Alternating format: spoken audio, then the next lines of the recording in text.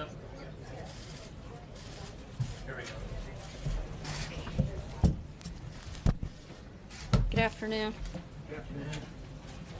Our thoughts and prayers today are with the victims and survivors in Las Vegas and with the people of Puerto Rico and the U.S. Virgin Islands, where massive storm recovery efforts are ongoing.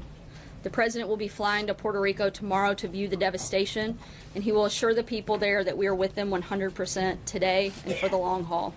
Puerto Ricans have shown incredible resilience, and we are fully committed to helping them rebuild their lives. Last night, thousands of our fellow citizens endured what the President has rightly called an act of pure evil in Las Vegas. The President has ordered our flags to half-staff, and to further honor those lost in the attack, we will hold a moment of silence on the South Lawn this afternoon at 2:45 Eastern Time. The President will visit Las Vegas on Wednesday to grieve with the friends and family of the victims, to offer his support to those recovering from their wounds, and to thank the courageous first responders. In the coming days, this attack will directly impact communities all over our country, whose residents were visiting the entertainment capital of the world to attend a concert. One man, 29-year-old Sonny Melton, had traveled from Tennessee to Las Vegas for the concert with his wife, Heather. When the bullets began raining down from above, Sonny shielded her from danger, selflessly giving up his life to save hers. They'd been married for just over a year. Others risked their own lives to save people that they had never met. Mike McGarry of Philadelphia laid on top of students at the concert to protect them from the gunfire. They're 20, I'm 53, he said, and I've lived a good life. Lindsay Paget and her fiancé, Mike J., fled for cover during the attack and immediately returned to the scene with their pickup truck to help transport the wounded to nearby hospitals. Gail Davis, who was attending the concert with her husband, said she owes her life to a brave police officer who instinctively served as a human shield, protecting her from harm.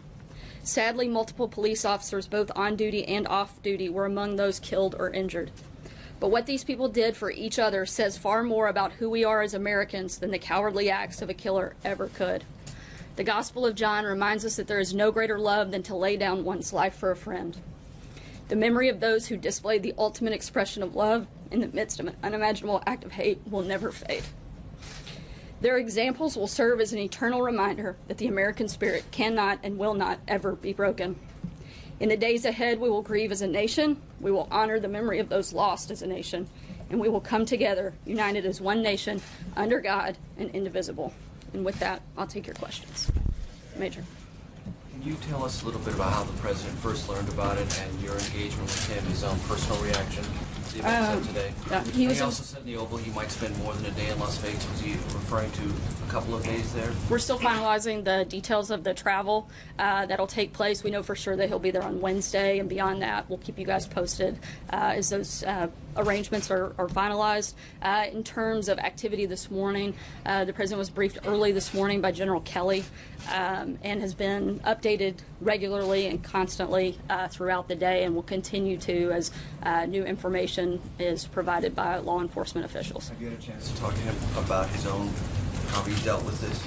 I have seen him today, and I think he, like most of America, is saddened, and certainly his heart and compassion goes out to those that were affected. Jeff? Sarah, many times when these horrible massacres occur, it leads to questions about gun control. Has this particular massacre made the President think anything more about pursuing tighter gun laws, such as background checks, to prevent massacres like this from happening again? Look, this is an unspeakable tragedy. Today is a day for consoling the survivors and mourning those we lost. Our thoughts and prayers are certainly with all of those individuals. There's a time and place for a political debate, but now is the time to unite as a country. There's currently an open and ongoing law enforcement investigation. A motive is yet to be determined, and it would be premature for us to discuss policy when we don't fully know all the facts or what took place last night. Jeff? To follow on that, Sarah, though, do you believe that, or does the President believe that this is a moment, that this is a time when this should not be a political discussion, it should be a policy discussion? Does he believe that he could bring something new to the gun debate that has been,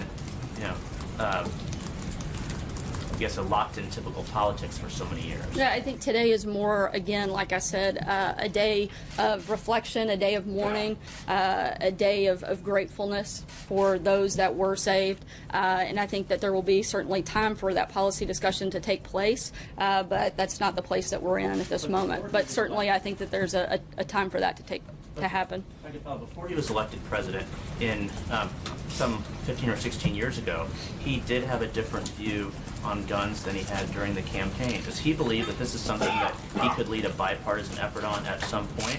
And at what point would that be appropriate? I think that's something that we can talk about in the coming days and see what that looks like moving forward. I think one of the things that we don't want to do is try to create laws that won't create or stop these types of things from happening. I think if you look to Chicago, where you had over 4,000 victims of gun-related crimes last year, they have the strictest gun laws in the country. That certainly hasn't helped there. So I think we have to, when that time comes for those conversations to take place, then I think we need to look at things that may actually have that real impact. Matthew.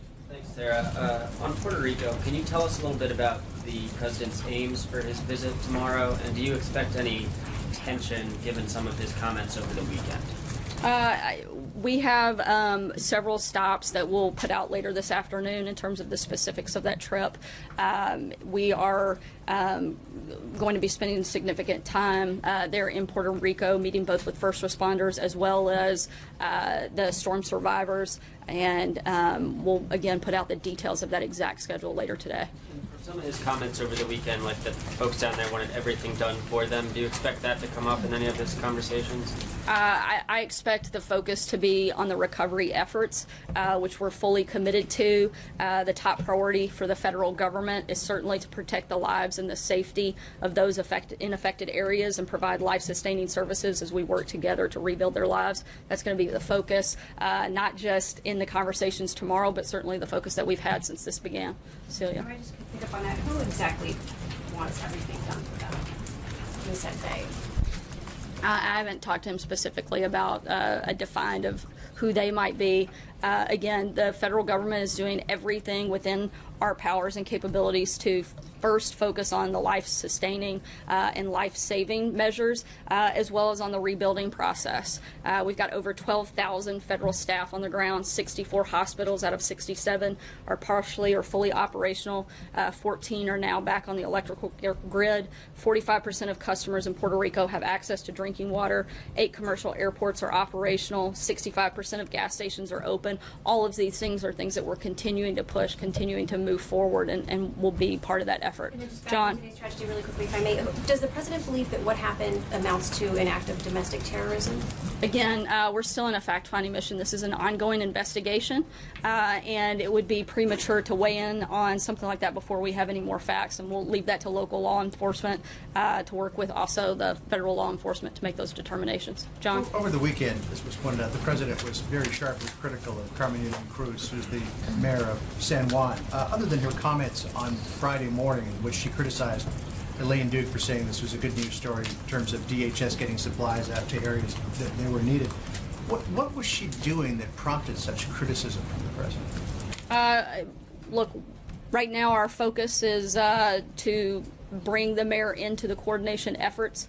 This administration, as well as other members on the ground, have reached out to her. We hope that she will join with us in those efforts and be part of things. She's been invited to participate in the events tomorrow as well, and we hope that those conversations will happen and we can all work together to move forward. Sarah. Ashley.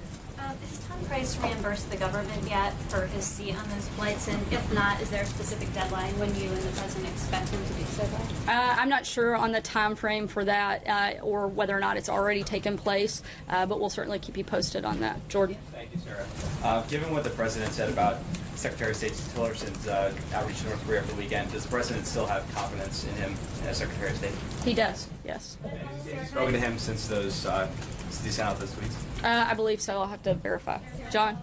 Thanks a lot, Sarah. It's a very sad day in this country, as you mentioned at the top, as the president said in his remarks. He said that when he goes out to Las Vegas, he's going to meet with first responders and, in addition to that, families of the victims that were impacted by this. What's the message to each of those groups when he goes out there? Look, I think it's very simple to say that his goal is simply to be there to show the support of people from around the country and to stand united in not only this act of evil, but against all acts of evil. And I think that was clear in the president's remarks today, and something certainly that you'll see from his visit on Wednesday. Jessica.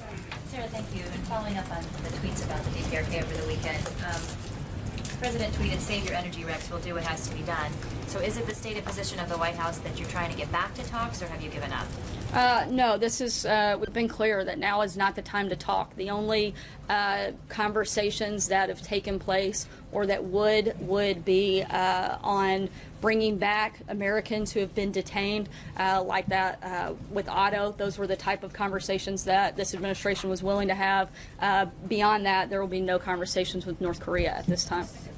There are 3 Americans still detained in North Korea. Lines of communication with Pyongyang, that's what you're primarily using it for. You're not using it to try to get that would be the only reason for us to have conversations with them at this time. Hallie. Following that, I also want to ask about today, but does the president believe diplomacy then is not worth pursuing in North Korea? There's a difference between talking and putting diplomatic pressure. We still strongly support putting diplomatic pressure on North Korea, which we're continuing to do, but now is not the time simply to have conversations with North Korea. We've encouraged all of our allies and partners to do more, and we're going to continue to keep all options on the table when it comes to that. Stephen? The activities of today as well, you talked about how now is not the time to get into a gun control debate or to talk about policy. After the Orlando shooting, the president that day was out on Twitter talking about policy. He was talking about his travel ban. So when, for example, Senator Chris Murphy says it's time for Congress to get off its ass and do something, does the president agree? I actually agree with them that Congress should get up and do something. I'm not sure that it's specific to that, but I think Congress has had several months of doing very little, and we'd like to see some actual legislation come through. What would the president like to see Congress do is the question I want to get at. Again, we haven't had the moment to have a deep dive on the policy part of that. We've been focused on the fact that we had a severe tragedy in our country, and this is a day of mourning, a time of bringing our country together, and that's been the focus of the administration this morning. Orlando, though, Sarah, when at that day he was talking about the travel ban, saying he didn't want congratulations, essentially. Why is there's a difference between being a candidate and being the president? Thanks, Sarah. I do want to ask, because before last night's massacre, a bill was advancing through the House. Republicans cleared it through the House Committee on Natural Resources that would, among other things, make it easier for people to buy silencers. Hillary Clinton tweeted about it this morning. She said that imagine the deaths in Las Vegas if the shooter had a silencer, which the NRA wants to make easier to get. Does the White House have a position on this particular piece of legislation? Again, I haven't spoken with the president about that specific issue, but I don't think that is something that would have changed. Again, I think before we start trying to talk about the preventions of what took place last night, we need to know more facts. And right now, we're simply not at that point.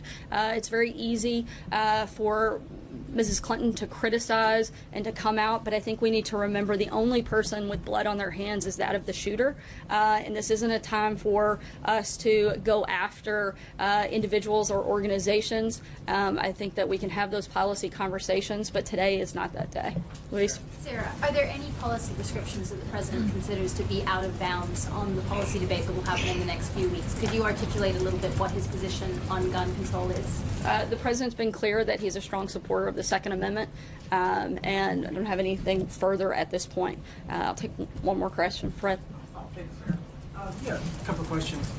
One, ahead of the trip to Puerto Rico, Mark. Just wanted to ask about there's a bill in Congress, the McCain-Lee Act, which would give a permanent exemption to Puerto Rico from the Jones Act. Would the administration consider either a permanent repeal of the Jones Act or at least an exemption permanent for Puerto Rico or something? I don't think that's something that's necessary at this time. If we deemed that it was, we could have that discussion then, but certainly something that we don't feel like is necessary today. So I wouldn't imagine that would be something needed. Also, on the nomination of Amy Coney Barrett, I'm sorry. There's been some attacks among senators, some in the media, on her religious beliefs. Does the White House have some concerns about that? We certainly support religious freedom and would ask that Congress also support that as well. As you all know, we've got a moment of silence taking place on the South Lawn here momentarily, and so with that, I'll close and just again, I think we ask collectively that everyone across the country keep the people both in Las Vegas and in Puerto Rico and the U.S. Virgin Islands in our prayers. Thanks. John, they want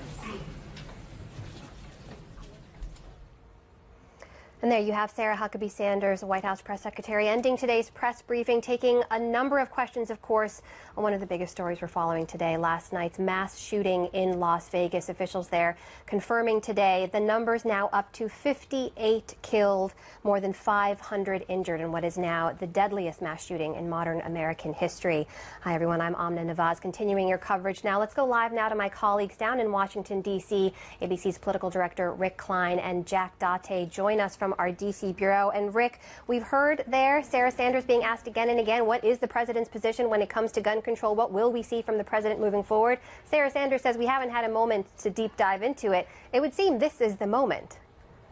It's almost like a rote recitation at this point. Now is not the time, in immediate moments after a tragedy. As was pointed out in that briefing, this president has not hesitated to jump on current events, to jump on news items as justification for his policies when it's something that he wants to push. But of course, this is a position where the administration is a little bit uncomfortable. There's a reference there to a bill that's moving toward the House that would make it far easier to buy silencers. We're not hearing a position from the White House on that. And they don't want to engage on a discussion over gun control right now. I'm detecting something a little bit different on the other side, Amna, and I'm curious to see how it plays out. We've seen prominent politicians jumping on this, including Hillary Clinton, including Joe Biden, including some members of the United States Senate, say now is exactly the time to have a discussion around gun control. How the White House responds to that in the aftermath, I think, will be interesting because they do not want to have that conversation right now. And Jack, I want to get some details from you of what we know on the latest about this investigation and the suspect. We know you've been digging into that. Officials confirmed 64-year-old Stephen Paddock is the suspected gunman in this case. The weapons are going to be at the heart of this investigation in a lot of ways. What do we know about what was used in this attack so far? That's right, Amna. The firearms that Mr. Paddock used are going to be central to this investigation. ATF is doing urgent traces right now on all of those firearms to try to find out where he purchased them and if they're in compliance with U.S. law. Automatic weapons are really hard to get in the United States. They're heavily regulated and they're very expensive.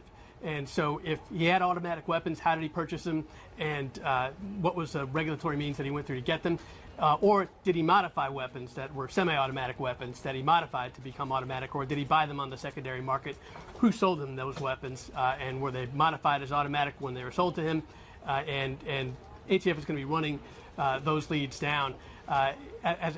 Because of U.S. law, running down guns in terms of tracing them is an arduous process. It's a very old school shoe leather process. By law, Congress has forbidden ATF from keeping computerized records about guns. And so they have to go through paper records, and they have to go to the manufacturer and ask them, where did they sell that gun? They go to the next retailer. Who did you sell that gun to next? And if several of these guns exchanged private hands multiple times, they could lose the trail of these guns. So tracing these guns is a complicated process. And with as many guns as we're looking at here, possibly 19 guns just in the hotel room, that's a lot of work ahead for ATF agents in the field. FBI is also looking at this guy's profile to see if he has any connection to international terrorism. So far, they haven't found any, and they're going to continue to look at that to see what's the motive. What caused him to do this? What caused him to snap? Amna? And as we're seeing some of those videos from last night, of course, people sharing across social media the horrors of that moment. I want to bring in ABC's contributor John Cohen, who has, of course, worked in law enforcement at the local, state, and federal level over a career of many decades. John, I want to ask you the question a lot of people are probably asking themselves as they see some of those videos, which is to say, in a venue like that, you're talking about 20,000 people out in an open area, surrounded by buildings. How many people find themselves in that situation on a regular basis? Can something like that even be protected? Well, it's very difficult. They're called soft targets because these are locations that are specifically intended to attract large numbers of the public. So if you over-securitize it, you undermine the very purpose that it was created or intended to carry out. I mean, but let's take a step back and look at the problem here. The U.S. over the last several years has experienced a dramatic increase in mass casualty attacks by individuals with underlying mental health issues who commit mass murder in furtherance of some perceived deep-seated grievance or ideological cause. The shooting in Las Vegas is just yet another example of what is becoming a too common of an event in this country. I mean, this is a year, 2017, is a year that started with a mass shooting at the Fort Lauderdale airport. During the summer, we saw members of Congress who were preparing for a softball game shot at while they were practicing. A little over a week ago, we just saw a mass casualty attack at a church outside of Nashville, Tennessee. And now last night we have 58 people who were killed and hundreds who have been wounded. So we have a serious issue in this country as it relates to mass casualty attacks and the increase that we're experiencing. And I think until we make it a priority to improve our ability to prevent these types of attacks, we're just going to continue to see these horrific tragedies. These are becoming all too common scenes as we're seeing play themselves out there. But, John, you mentioned one case in particular, the congressional baseball shooting. I want to bring in our colleague John Parkinson, who's over on Capitol Hill right now. And, John Parkinson, that shooting, of course, resulted in the injury, the very serious, almost grave injury of Congressman Steve Scalise, who has weighed in on today's shooting so far. What are we hearing from him and other members of Congress today? Well, Whip Scalise has put out a paper statement and is basically calling for prayers and for people to stand in solidarity with all the victims there in Las Vegas. Earlier today, also, just a few minutes ago, we had former Congresswoman Gabrielle Giffords and her husband, Mark Kelly, the astronaut, who are very strong gun advocates to prevent gun violence. And so they came up to Capitol Hill, and Mark Kelly, standing there next to Giffords, said that he wants Congress to act and to act to strengthen these gun laws. There's legislation right now working its way through the Hill that would actually allow sports hunters to use silencers on their weapons. And Mark Kelly said, just imagine if this shooter had a silencer and there was confusion about where the shots were coming from. Or imagine that all the victims were returning fire and how difficult that would be for law enforcement officials. So he's calling on Congress to strengthen these laws instead of, in his perception, to weaken them. You mentioned the shooter there. Of course, the big question is motive, and investigators on the ground are trying to dig into that. Let's go out now to Mesquite, Nevada. That is the town where the suspected shooter in this case, Stephen Paddock, is from. His home has been raided, and our colleague Kenneth Moten is there right now. Kenneth, what's the latest there in Mesquite? Well, Amna, we know there are multiple investigations on multiple fronts happening in this state right now. We've got obviously the main investigation happening in Las Vegas. We also have federal officers and local authorities in Reno at the property of Stephen Paddock. And then we have authorities here in Mesquite at his home that he spent most of his time with that companion, the woman that we've mentioned several times this morning, who was a person of interest. Originally, she lived with Paddock here at his house in Mesquite. It's right down this road behind me. You can see police are still blocking off this area to keep the media back, but we've seen from our local ABC's chopper, we've seen pictures of that at home. We know in the early morning hours, police were able to enter that home using a robot to actually take out the garage door to get inside. They cleared that house of any type of dangerous devices that they were looking for, any booby traps. They did not find anything, Amna. When they cleared it, they made sure to secure the house for the federal investigators who would then later process the scene. And we've seen caravans of federal agents coming in and out of this subdivision throughout this morning. They have been in the subdivision at that house, processing the scene, processing the evidence. We know that weapons and ammunition were found, which is, if you think about it, we know that there were several guns and rifles that were found inside that hotel in Las Vegas. Well, there were also several guns here. And so he was definitely locked and loaded and stocked. And so authorities are trying to, as we know, ATF, federal authorities are trying to figure out where these weapons came from. Well, they also have a lot of evidence inside, but we don't have all the details about what was found inside that house, but we just know that authorities are working this scene here. They're working another one at Reno because this man had several properties, and obviously they're working the Las Vegas scene as well. Amna, we talked to a number of neighbors out here, residents who are shocked. You know, we hear that cliche line all the time, but these neighbors literally woke up shocked because when they found out their neighbor was the main suspect in this mass shooting, the worst in U.S. history, they started to look for warning signs. They started to look for anything possible that they could glean information from what happened and when did he snap. And so they remember that a couple weeks ago they saw him. He seemed happy. They say he was a nice guy. Didn't seem like there was any problem. There was no political rhetoric. There were no issues when they would speak with him here in this subdivision, in this neighborhood. So this morning, today, they're racking their brains, trying to figure out where this went wrong with Stephen Paddock and what made him snap. Amna? So that motive is something they're going to clearly be digging into. But Jack Date, back in our D.C. bureau, I want to ask you about this investigation because on the ground, in his home there in Mesquite, they're certain to find some clues that help them understand things a little better. What exactly are investigators looking for at this point? So investigators are going to look at everything related to his computer, any remarks he made on social media or any other digital media that he has there, any documents that he's written. Did he keep a diary? Did he write any sort of document explaining his actions? Oftentimes we see in these shooter cases where people will write a manifesto describing their worldview and why they did it, hoping for some notoriety afterwards. So they're obviously looking for all those kind of obvious things. They're also going to look at other possible triggering events. Did he have any recent issues in relationships or employment, or were there recent issues associated with his health? All the above. They're going to completely try to unpack and dissect his life to figure out what set him on this path that led to the deaths of 58 people early this morning.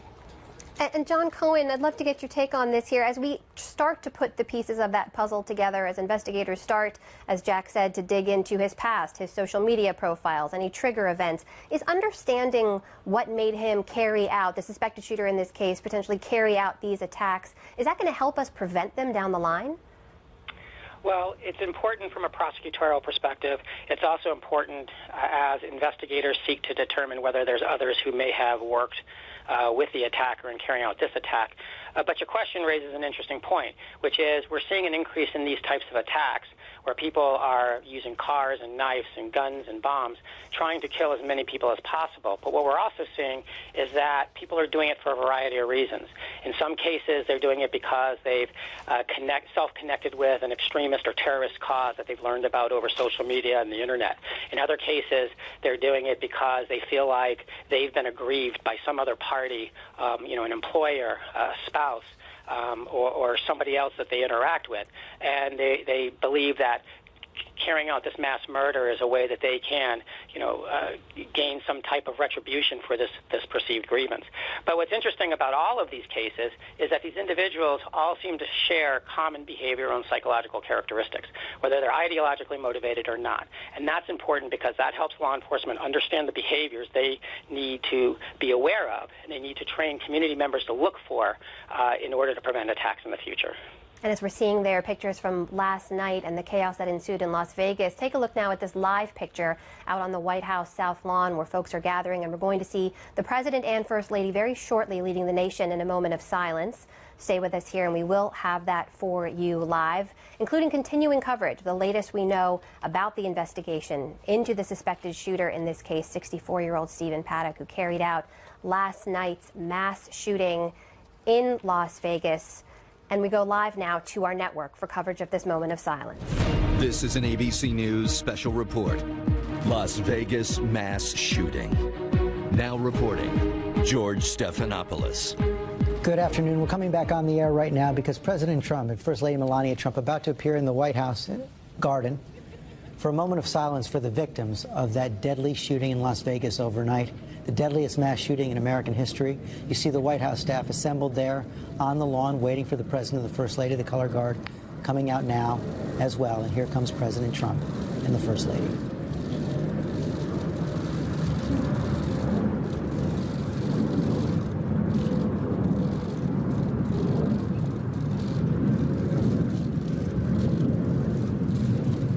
Vice President Pence, his wife Karen there as well.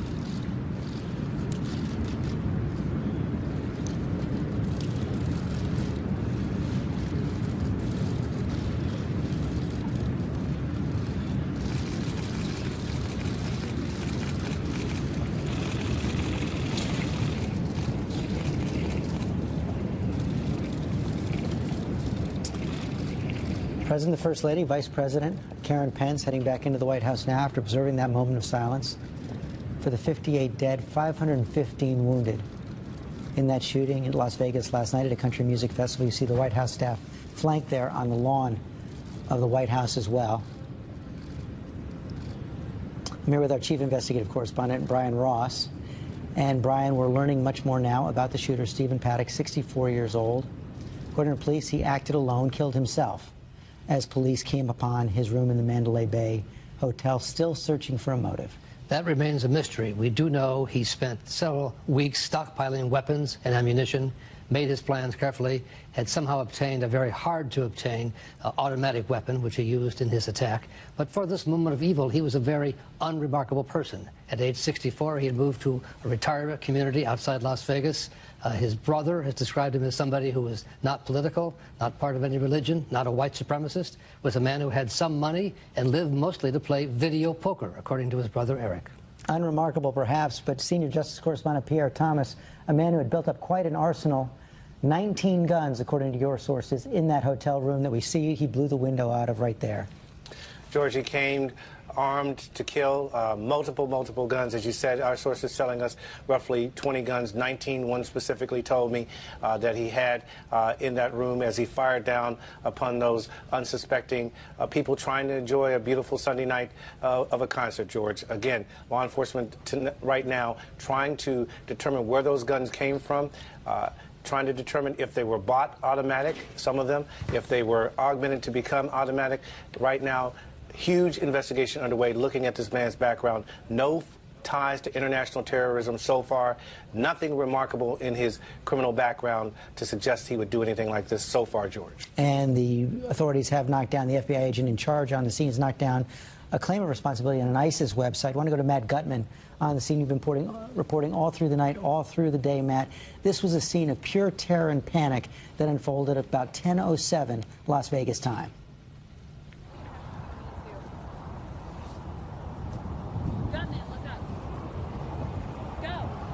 George, we were just inside that hotel, the Mandalay, moments ago, and we were able to see down into that concert venue. What we saw was incredibly disturbing. The debris of what hundreds and thousands of people left behind, lawn chairs, of course. There were still stretchers there. It looked like bandages on the ground. And perhaps what was most astounding was the distance between where that shooter was perched on the 32nd floor, all the way on that far side of the building, to the concert venue, several hundred yards away. And we think of the mass amount of bullets and rounds fired into there. You think that some of them must have missed. It was deadly accurate, all the more astonishing given how the vast distance between those two sites and the types of weapons that we think, or police say, that he was using, those AR-type rifles. Just a very disturbing sight to see right now. There are still first responders going through, they're combing through, and obviously forensics teams trying to find whatever evidence they can, or just pick up whatever pieces they can and any additional evidence. George? Surveillance video likely to pick up more evidence in the coming days as well. And of course, this moment of silence for the victims of this massacre. Lindsay Davis has been at the University Hospital Center in Las Vegas, where they took in about 100 of those victims. And Lindsay, you've got every hospital in the Las Vegas area dealing with this trauma.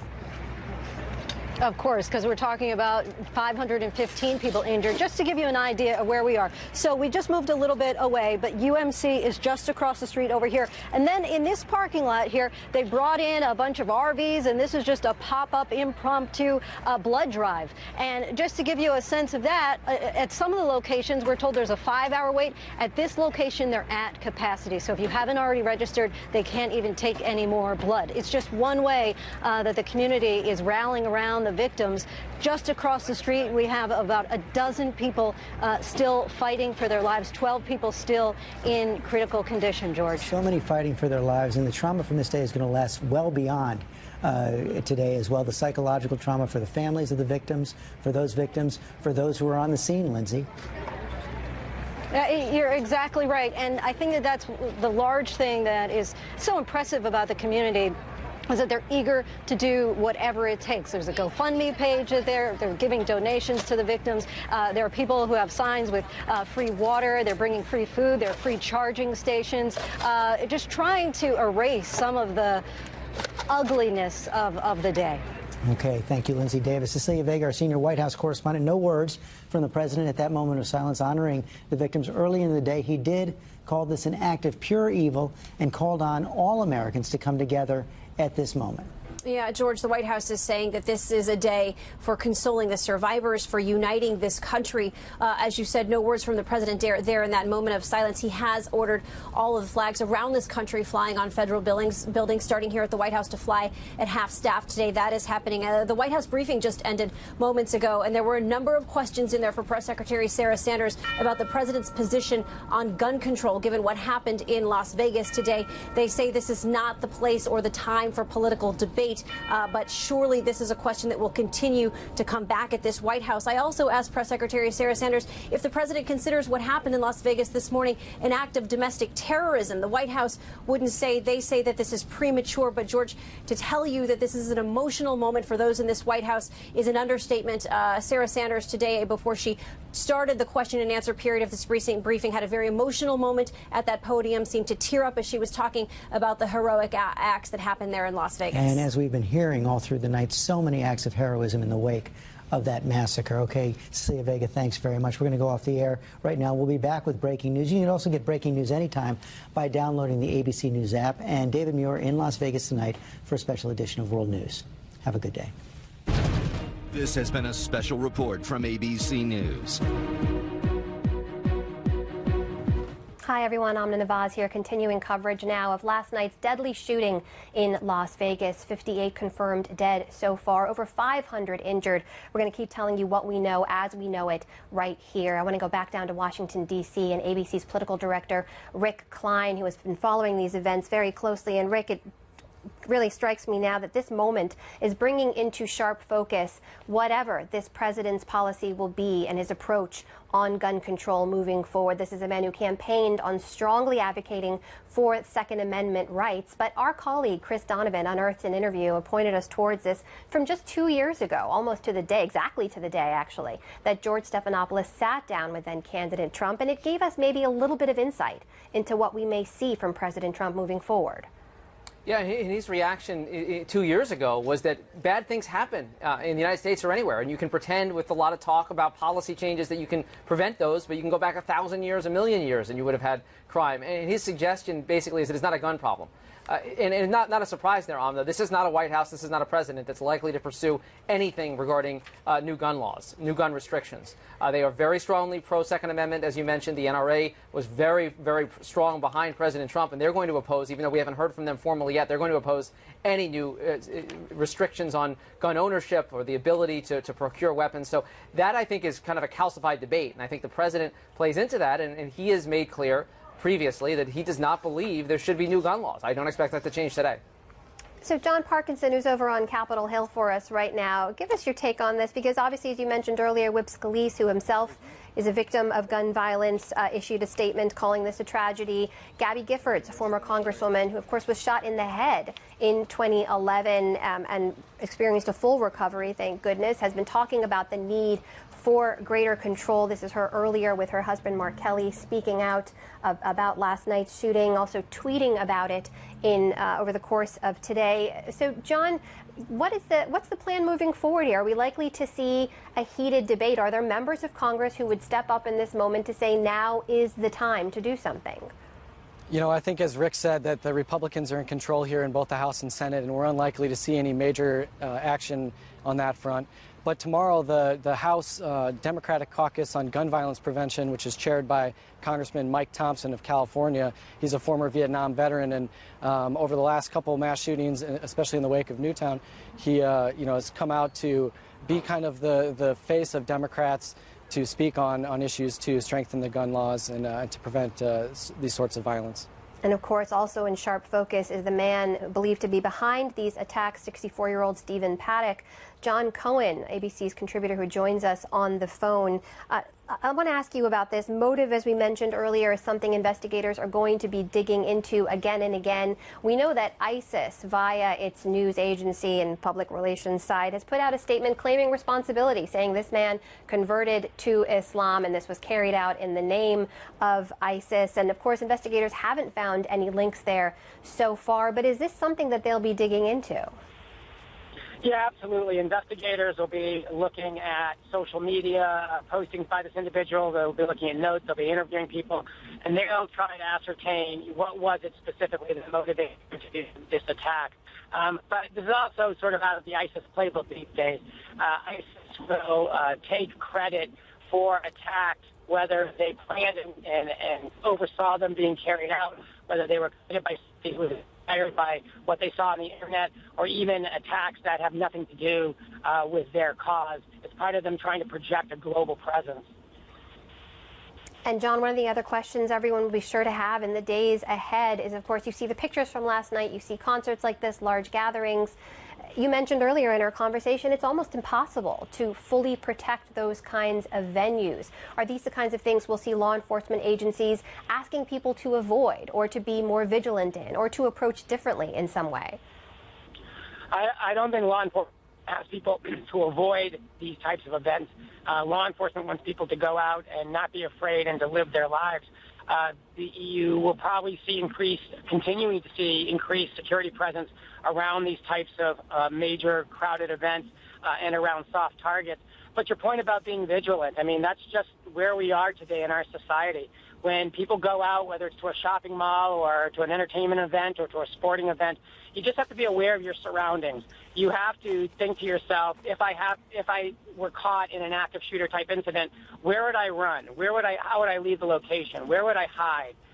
What would I do if I had to confront a shooter? I think it's unfortunate and it's sad, but it's just the way our society is right now.